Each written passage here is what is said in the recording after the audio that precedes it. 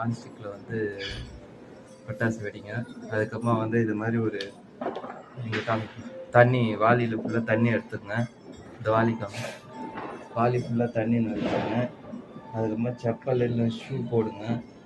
நீங்களே செப்பல் போடுங்க. குழந்தைங்களுக்கு வந்து எந்த காரணத்துக்கும் வந்து பட்டாசு வெடிக்க வந்து இது பண்ணாதீங்க. 1 இயர்லேருந்து ஒரு 5 இயர்ஸ் வரைக்கும் குழந்தைங்களுக்கு பட்டாசு கொடுக்காதீங்க. இந்த வாளியில் தண்ணி எதுக்குன்னா, இந்த வாளியிலேருந்து கம்பி மத்தாப்போ வேறு ஏதோ நம்ம இது பண்ணும்போது அந்த இஷ்டமாக அந்த வாளியில் அது போடணும். அதுக்காக வந்து அந்த வாளியில் தண்ணி.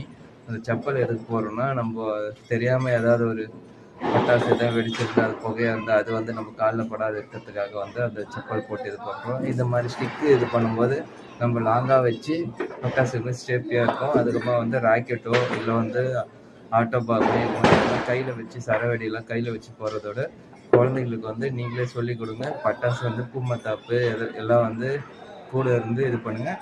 நெக்ஸ்ட் வந்து இந்த மாதிரி ஒரு மாஸ்க்கை போட்டுங்க. பொல்யூஷன் வந்து நம்மளுக்கு வந்து இதுவாகும்.